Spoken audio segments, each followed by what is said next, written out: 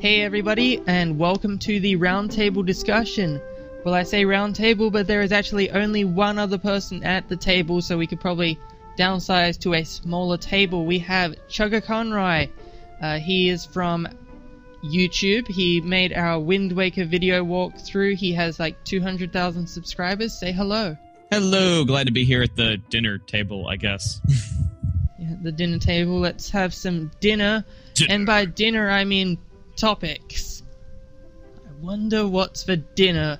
And what is for dinner is the question, does The Legend of Zelda need to become more mature and have darker themes? It's sort of a common, question asked about the Zelda series. But while it's a very common question, there really isn't any definition or clear emphasis on what needs to be darker, and darker is never really defined. Are we talking in terms of graphics, or...? Yeah, I mean, it could be storyline. Wind Waker and Majora's Mask both had some creepy stories. It could just be, blood and gore and vulgarity. Or it could be that they're talking about difficulty, where the game needs to be more difficult to match an older crowd, or possibly even in terms of puzzles, or things like that. But we'll just have to focus on one at a time. Alright, so some people have argued that the series has barely moved since it, revolutionized the gaming industry. Revitalized the gaming industry on the... Sorry. It revitalized the gaming industry on the 64. The biggest change we saw in terms of themes was in Majora's Mask. The whole sense of doom and darker undertones of the game haven't been matched since then.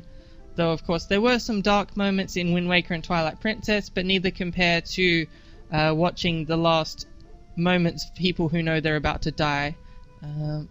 Is this perhaps something that will help the series evolve if implemented in future Zelda games? Darker and more mature themes. What do you think? I do somewhat disagree with the point of the darker moments later on not comparing to Majora's Mask, because while Majora's Mask is definitely the most horror-like game in the series, Twilight Princess did have its own scary moments, like when you saw the flashback of the wars over the fused shadow and what it did to people. You also had... and the creepy dark links with creepy eyes. You also had the moments in Wind Waker where you saw what had happened to Ganondorf over the years, and that he had basically gone insane in his own mind, just wanting Hyrule back. And he was just dwelling on the days of old, and it was really showing how he was pretty much living his own personal hell. Yeah, so I'd say in terms of themes, Zelda already has a lot of dark themes. I mean... And even in Wind Waker, too. Yeah, even in Wind Waker... There was the insane Ganondorf dwelling on the past that could never be. Majora's Mask, you went over to people and there was like the postman who was... Yeah, he was so dedicated to his work, he was willing to die to get his work finished. Yeah, in terms of themes, I think Zelda is already at a decent point in terms of themes, but story, there are other things as well, yeah.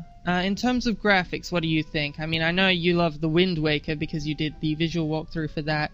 Do you think Wind Waker would have been helped by having a darker graphics or anything? As far as the graphics go in Wind Waker, I do like the style a lot, and I think it does fit that particular game. And I should also bring up the point that Miyamoto has said that they had the design for Wind Waker Link for quite a long time, and has even said that if the N64 could have handled it, Link would have most likely looked like that since Ocarina of Time. Because they've had the design for many years before Wind Waker.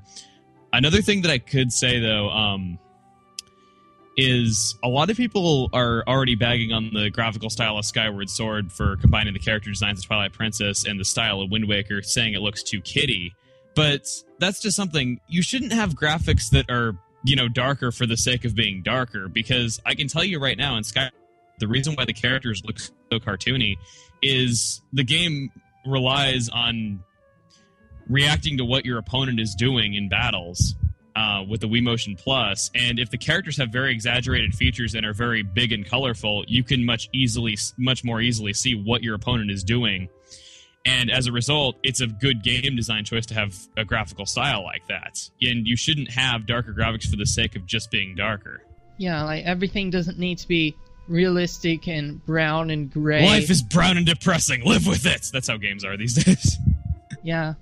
Well, let's see. What about, blood and gore? Does it need to be darker in that way? How about you go first on this one? All right. Well, I don't really think so. I haven't really noticed a difference with,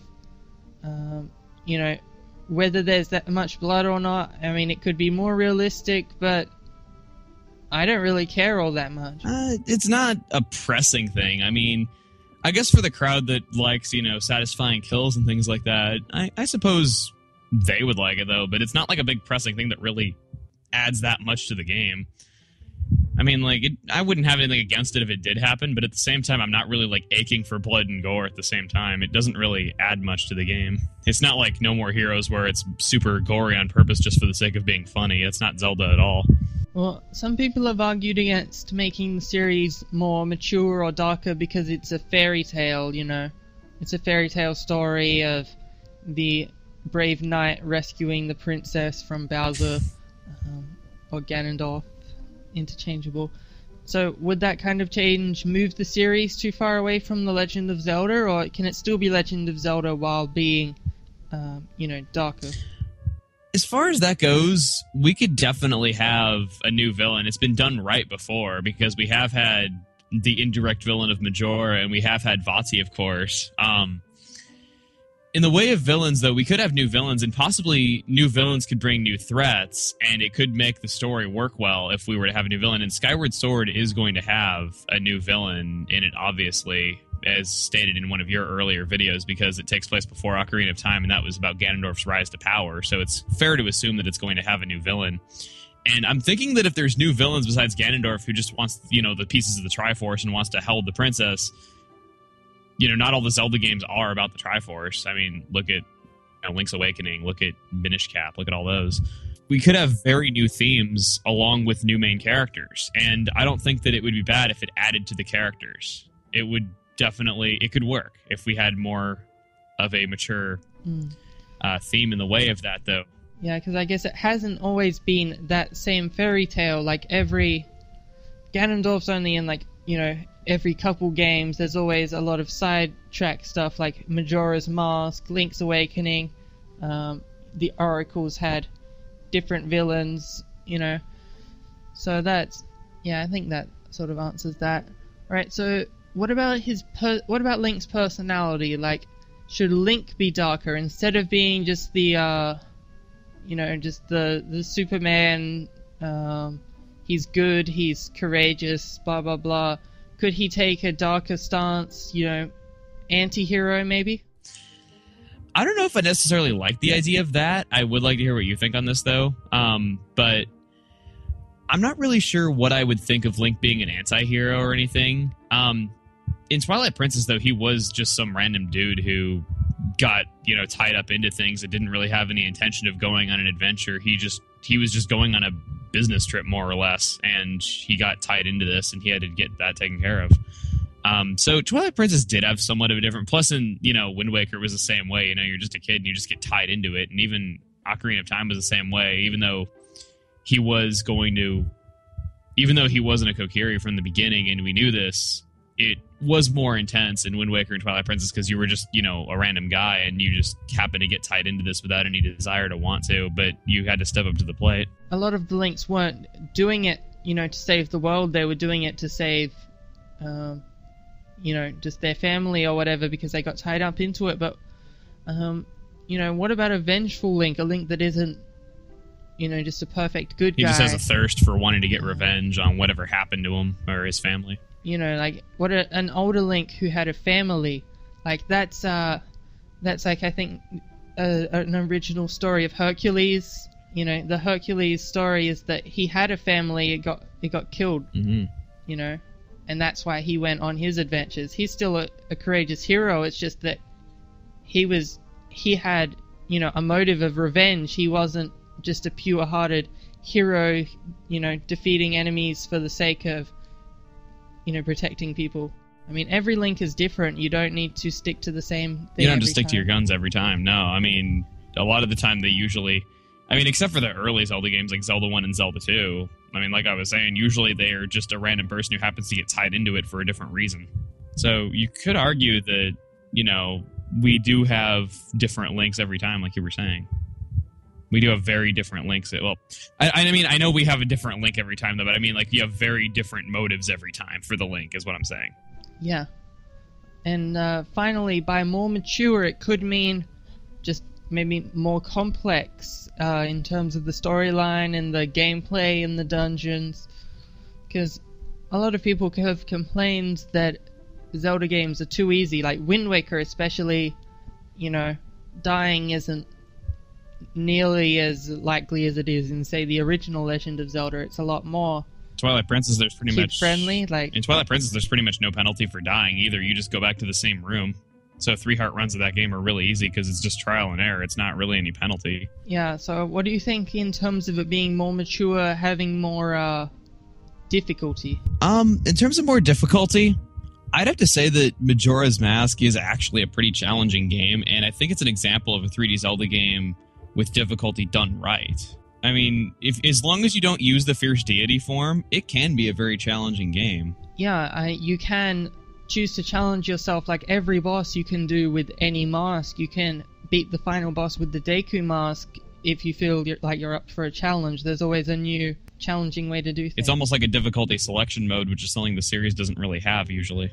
What would you think about a difficulty selection mode? Didn't they say that Skyward Sword was actually going to have a difficulty selection mode? Maybe. I remember reading that it was going to have a difficulty selection mode, and I think your site actually was the one that did the article on it. Yeah, probably. I just forgot. Yeah, so oh, well. Skyward Sword could be addressing that, where we have a veteran mode as well as a beginner mode. And I think that would be a fair compromise because, you know, a lot of people are complaining about, you know, the whole super guide feature that Nintendo's doing now where they make games challenging, though, yet they have a feature if you die enough times or if you get hurt enough times, then you can ask for help. But I think that, you know, a difficulty selection could be a fair compromise for the Zelda series. Yeah. I mean, even in, like, the Super Mario Galaxy where they had that option... You had to die a lot of times. It was an option. It was... And you had to die, like, 8 times on the same spot. Yeah, you had to die a lot of times. And even then, you had to, like, go and talk to the person to get the, you know, the hint or whatever. Yeah. So I think that should cover everything. Is there any other interpretations of darker and more mature that you can think of? I really want Majora to be a new villain. I'm just kidding. I mean, no, seriously, I do want Majora to be the new villain of Skyward Sword, but either way, that's about it, I think. Hopefully I didn't, you know, keep you too long. I don't know, that was pretty good, I think. So thanks, Chuggaaconroy, for coming onto the podcast. And thanks for having me, Zelda Universe, and the webmaster Cody, and don't you forget it. Yes, and don't you forget it. And time for the next segment. Thanks, hosts.